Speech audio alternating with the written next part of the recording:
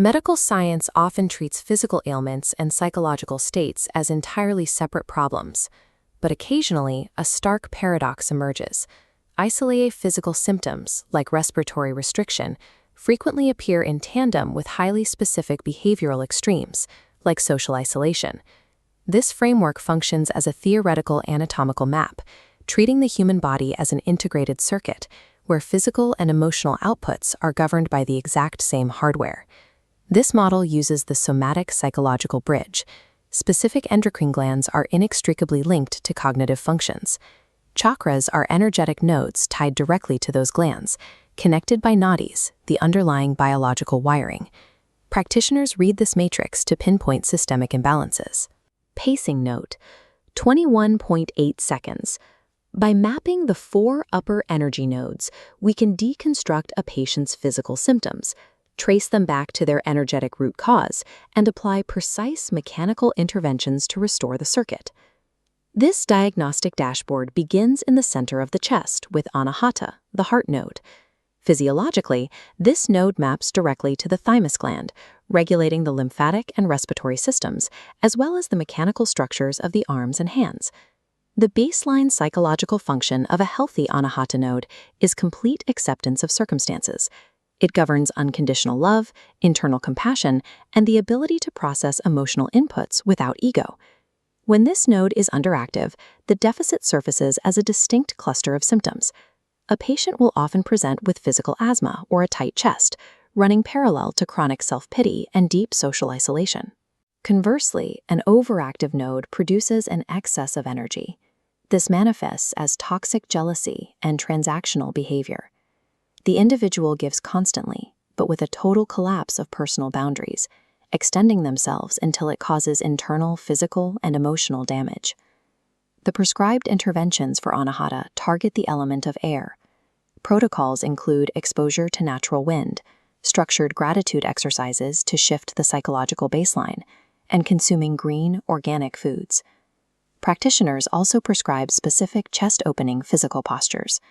Bending backward and expanding the rib cage manually stretches the tissue surrounding the thymus gland, using mechanical leverage to force a change in the internal psychological state. Achieving foundational emotional acceptance at the chest is a mandatory prerequisite. The system must process and accept its own reality before any higher-level communication can occur. Pacing note, 5.5 seconds.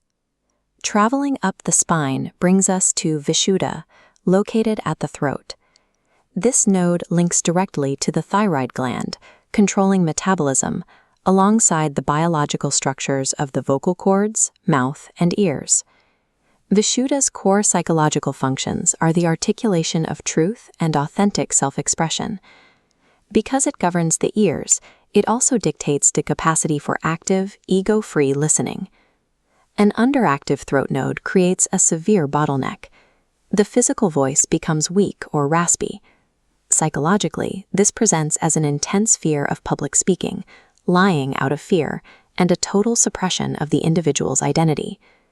When the thyroid region is overactive, the system tries to vent the excess energy.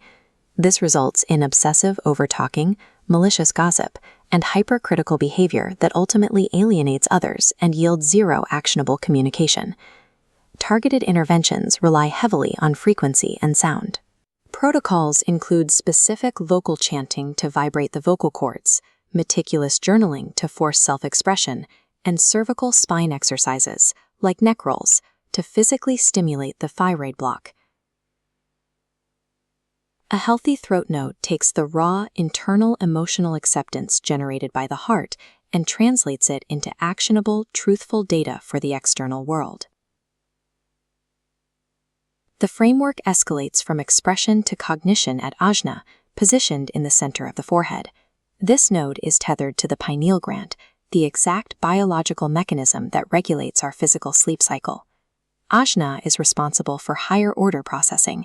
It generates intuition, establishes internal authority, and allows an individual to visualize long-term outcomes and grasp the big picture. If this node fails, the physical and psychological toll is severe. An underactive ajna triggers chronic sleep disruption and a total collapse of imagination.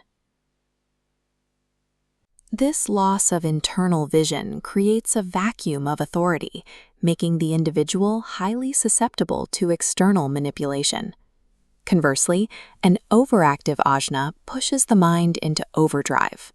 The individual lives entirely within a mental simulation, overanalyzing every variable to the point of absolute paralysis, effectively losing touch with physical reality. Corrective protocols here utilize the element of light. Practitioners prescribe guided soft focus meditation to rebuild internal visualization, alongside specific resting postures, like child's pose, to physically relieve intracranial pressure and stretch the upper spine. Ajna serves as the system's command center, but its internal authority depends on clear, unfiltered data provided by the throat and the heart. Without those lower inputs, its intuitive predictions will fail. Ascending to the apex of the matrix, we reach Sahasara, the crown node. It links directly to the pituitary gland, the master gland resting deep in the brain, that chemically controls all the other endocrine glands below it. Its ultimate function is absolute systemic unity. Sahasrara overrides the individual ego, generating sustained open-mindedness and an intellectual connection to a broader universal consciousness. An underactive crown node strips away this connectivity. Patients present with systemic learning and memory deficits. Psychologically, this manifests as a deep existential disconnection and chronic feelings of being utterly misunderstood by the world. An overactive Sahasrara creates behavioral extremes. The individual either descends into a spiritual obsession that entirely neglects their physical bodily needs, or they swing to the opposite pole, adopting an extremely rigid, unyielding materialism. The required prescription for the crown is complete, intentional silence. By removing external stimuli, the individual is forced to consciously acknowledge the interconnected systems running inside and around them. The crown is the final aggregator. It requires the health of all lower nodes to function. When the matrix is clear, Sahasrara processes existence not as a series of isolated events, but as a unified, coherent data stream. These 4 nodes, however, do not operate in a vacuum. They are entirely useless without the underlying wiring that feeds them. The framework maps 72,000 distinct energetic pathways, called nadis, branching throughout the human body. The Pingala channel spirals up the right side of the spine. This is the masculine conduit, governing internal heat, logic, and physical external action. Intertwining with it on the left is the Ida channel. This serves as the feminine conduit, governing cooling, rest, and internal psychological reflection. Right up the center runs the Sushumna. Every location where the hot Pingala and the cold Ida intersect across this central pillar creates the precise geographical coordinates of the chakras. If one side of this wiring dominates, the system fails.